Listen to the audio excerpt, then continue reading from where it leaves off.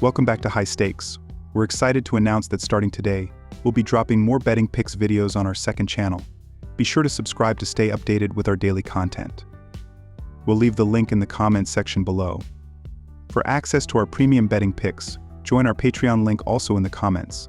As for this channel, we'll continue to release one video only, so make sure to head over to our second channel for our daily betting picks videos. Don't miss out. The Rangers squeaked out a win against the lowly Chicago White Sox, winning by a score of 2-1. Marcus Semien had a homer and 2 hits overall, while Lady Taveras also chipped in an RBI. The bottom 4 hitters combined for 8 of the total 10 hits on the day, while Max Scherzer was at his usual elite form, giving up 1 run and 3 hits in 6 innings. He struck out 9 and walked 1 in the process. The bullpen behind him gave up only 2 hits and a walk in the final 3 innings. The Blue Jays were crushed by the Tampa Bay Rays in their latest contest, losing by a score of 1-3-0. Toronto managed only 2 hits total, with 1 coming from Spencer Horwitz and the other coming from Vladimir Guerrero Jr.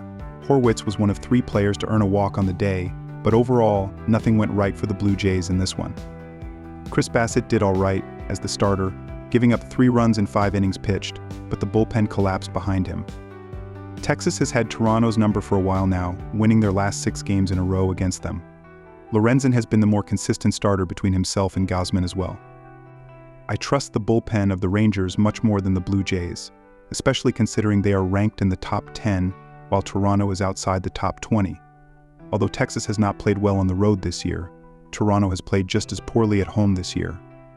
With the trade deadline looming, I expect some key players on the roster for the Blue Jays to depart, prompting a little less motivation, thus benefiting the Rangers. Texas is still in the thick of the divisional race, so they need to take advantage of these opportunities. My team pick is Texas Rangers moneyline. Despite scoring 0 runs in yesterday's game against the Rays, the over was still hit, making it 9 of Toronto's last 10 games where the over was hit. I expect more of the same in this contest, as both starters have had their moments of struggle this year. For the talent on the offensive side for Texas, I expect them to break out at some point and make a run for the division crown as the days go on. In all their last 5 meetings against each other, the Rangers and Blue Jays have also hit the over. Texas has scored no fewer than 6 runs in their last 5 games against Toronto, and both teams will have extra motivation to bring about a better offensive showing after both teams combined for 2 runs scored yesterday. My total pick is over 9 runs. San Diego Padres vs Baltimore Orioles. Dylan Cease tossed a no-hitter as the Padres topped Washington 3-0. San Diego finished with 6 hits on the day, with Ha-Seong Kim and Donovan Solano both logging 2 hits on the night. Kim accounted for all 3 RBI. RHP Michael King is set to take the hump on Saturday. King topped the Orioles the last time he faced them, though he was in a Yankee uniform. In that contest, he threw for 4 innings and allowed 3 runs on 4 hits while striking out 3. King is set to make his 21st start of the season, and he currently holds an 8-6 record to go with an ERA of 3.28. He's been much stronger on the road, dropping his ERA to 2.60 while holding foes in the neighborhood of .215. It should be noted that King has allowed 8 home runs over 11 road starts. He has tossed worse than his season benchmark in the afternoon this season, and home runs have continued to persist. However, on the plus side, he has yet to allow a home run in 3 July starts, and he's holding opponents to under .150 at the plate while logging more strikeouts than innings pitched. The Orioles ended their slump as they topped Miami 7-6 in their series finale.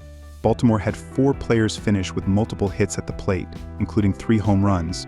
Ryan Mountcastled the way with 3 hits. Colton Cowser added one of those home runs, and he had 3 RBIs.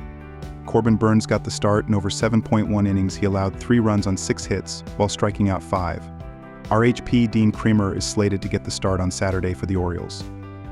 Kremer dropped his last game to the Padres, where he tossed for 6 innings and allowed 3 runs on 5 hits while striking out 4. Kremer will be making his 14th start of the season, and he currently holds a 4-6 record to go with a 4.43 ERA. He's been the most vulnerable at home as his ERA climbs to 6.16, and he's allowed 10 homers in 6 starts. On top of that, he is allowing opponents to hit around .260 at the plate.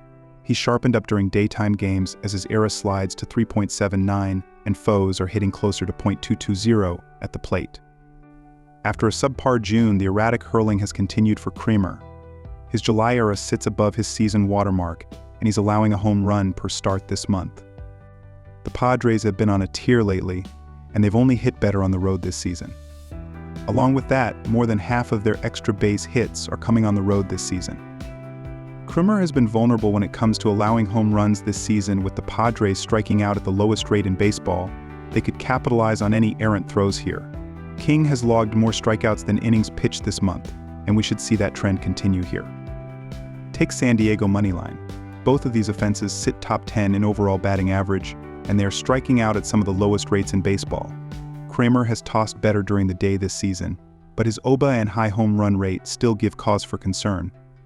King has allowed homers on the road this season, and with Baltimore leading the league in home run rate, we should expect them to take advantage here. My total pick is over 9 runs. Atlanta Braves vs New York Mets. The Atlanta Braves have been playing at a decent level this season but are absolutely ice cold as of late. The team is third in the NL East with a 5.448 record entering this game.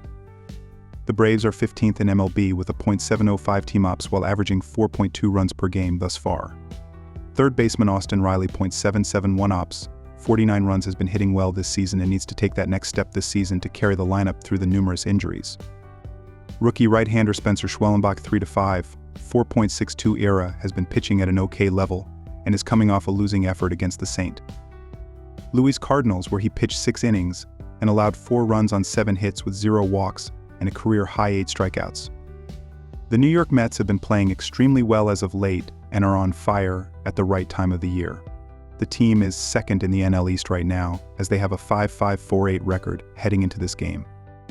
The Mets have been hitting at a great level at the plate right now, as they have a .249/.322/.422 team/line and are scoring 4.89 runs per game. There is a reason why the Atlanta Braves have lost their last 6 games heading into Saturday's matchup, while the New York Mets have won 5 consecutive games. When looking at the pitching splits for these starting pitchers this season, there is a significant gap to show the difference here. Spencer Schwellenbach is 1-2 with a 5.16 ERA and a 1.19 WHIP in 22.2 innings, 4 road starts. The ability to hit with runners in scoring position has a massive gap, as the Braves are 22nd in Major League Baseball with a .719 team ops in those situations, while the Mets are up in 4th place in the sport, as they have a .724 team ops with runners in scoring position. My team pick is New York Mets to pick up a win and extend their winning streak. When looking at how these teams have been playing lately, they should be able to easily eclipse 9 runs. These teams did just combine to score 12 runs on Friday and had the over hit in the first 2 games of the series, so why not expect it once again? The Braves had to get 5.1 innings out of their bullpen on Saturday, while the Mets needed to get 3.2 innings and likely will not have Ryan Stanek available for this game after trading for him on Friday evening, so they will be tired in the back end of the bullpen. Neither Spencer Schwellenbach or Tyler Megill have been pitching too effectively where they can expect to put zeros on the board. These teams have been able to hit well during day games, as the Atlanta Braves are 12th in the big leagues with a .721 team ops, while the New York Mets are 15th in Major League Baseball with a .705 team ops in those games. Go with over 8.5 runs in this game as the better bet for this game. Cincinnati Reds vs Tampa Bay Rays. The Cincinnati Reds have not been able to win games with enough consistency. They have lost 4 of their last 6 games, including a sweep against the Nationals last weekend. The Rays are doing all they can to stay in the wildcard picture. They are only 4 games out and stand at 5-3 in their last 8 home games. Furthermore, Reds pitcher Andrew Abbott has squandered 5 runs in his last 2 outings spanning 10 innings. Rays pitcher Zach Littell has been reliable at home, conceded 3 or fewer runs in 5 consecutive home outings, and has posted a 3.36 ERA in 10 outings at home this season. My team pick is Tampa Bay Rays to win. My total pick is over